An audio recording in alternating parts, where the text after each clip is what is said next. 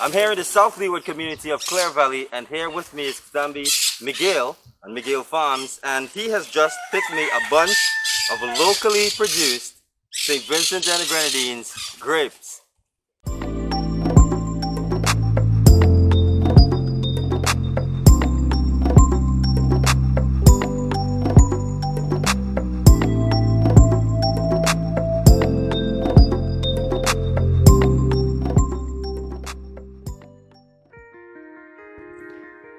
St. Vincent and the Grenadines imports nearly $1 million in grapes annually. Most of the grapes are imported from the United States of America, Peru, and Chile. Though these imports have been happening for years, there was a period when grapes were grown here successfully for commercial purposes. Exactly when the grape production started in St. Vincent and the Grenadines is unclear, but communities in Beckway, Fairbairn Pasture, and in North Leeward were growing grapes since the 1960s.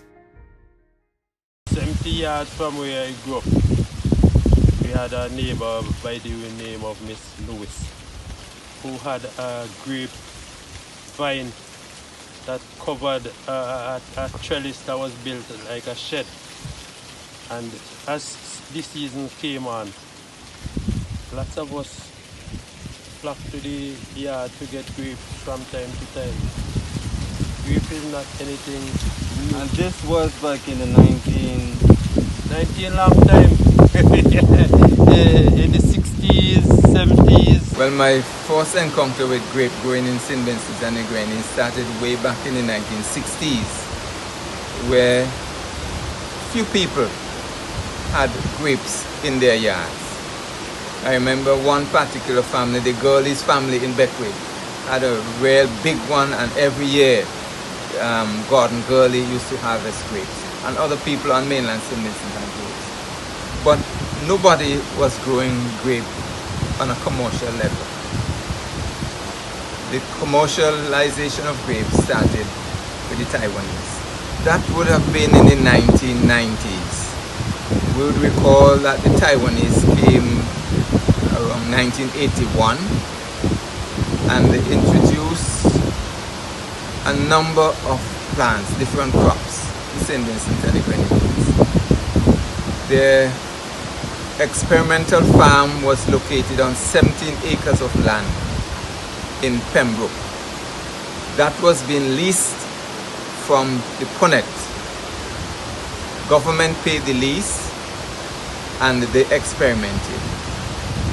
At the time, we were looking at alternative crops,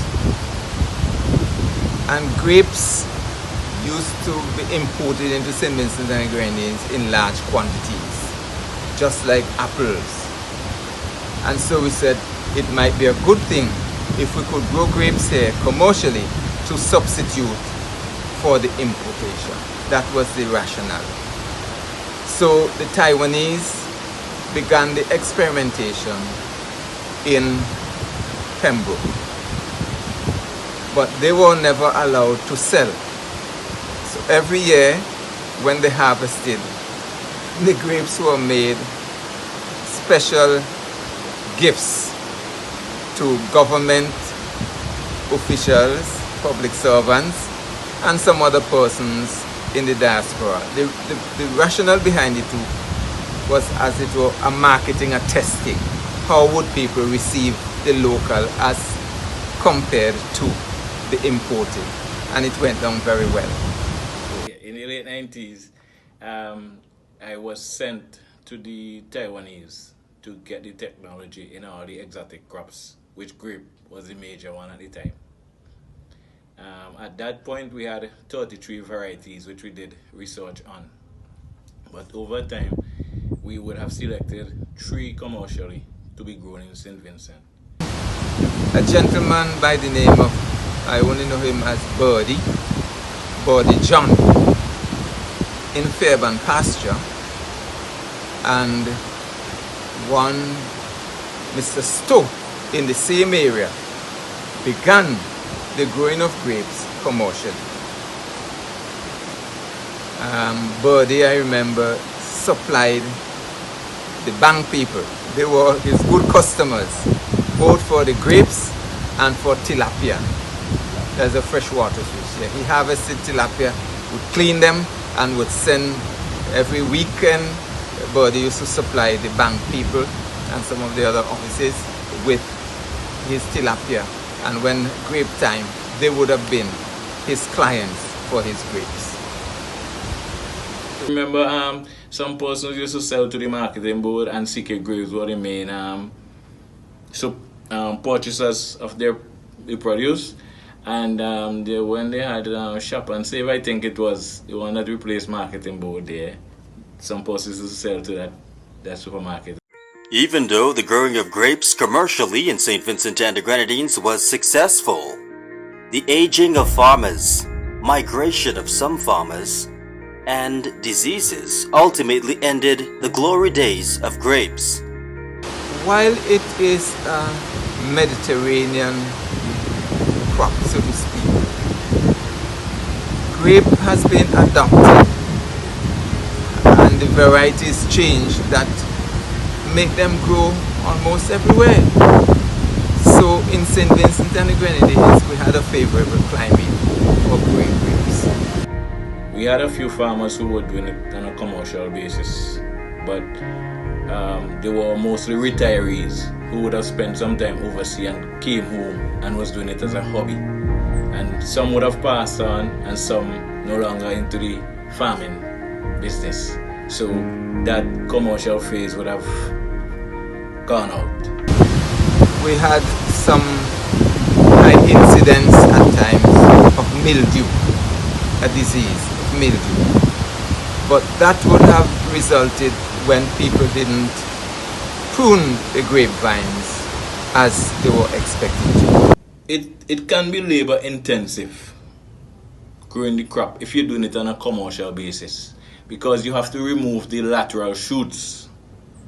And two of the major problems that the farmers were facing then, and well, we could say as challenges as well, was the shortage of labor, people not willing to work, and there are two major fungal diseases, which is Dundee mildew and powdery mildew. And if you're not fast and controlling these, you won't have a good crop. What are some of the workable preventative measures that could be? Okay, so I mentioned two fungal diseases, major problem. There are other pests, like stink bugs and things that would come around, but they don't cause no serious impact on production.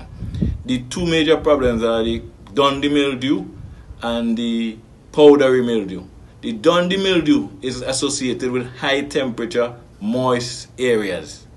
So somewhere like Montreal, you would avoid Spring Village, Mountain Hermitage. You would avoid planting grapes in these areas. Coastal areas are even somewhere where you get a lot of sunshine. They love sunshine. That can reduce the Dundee mildew disease. So, and the powdery mildew can be easily controlled by the pruning. Two key agriculturalists, however, believe that there can be a resurgence of grapes in St. Vincent and the Grenadines. They believe that young people need to lead the charge. I believe if anybody is going into grape production, it will be young people. They like challenges. I believe if they are well trained, and the price, the returns on grape should be attractive enough for them to go into it. At the time, I remember, if vaguely, they used to be around $14 a pound for grapes here. Understand?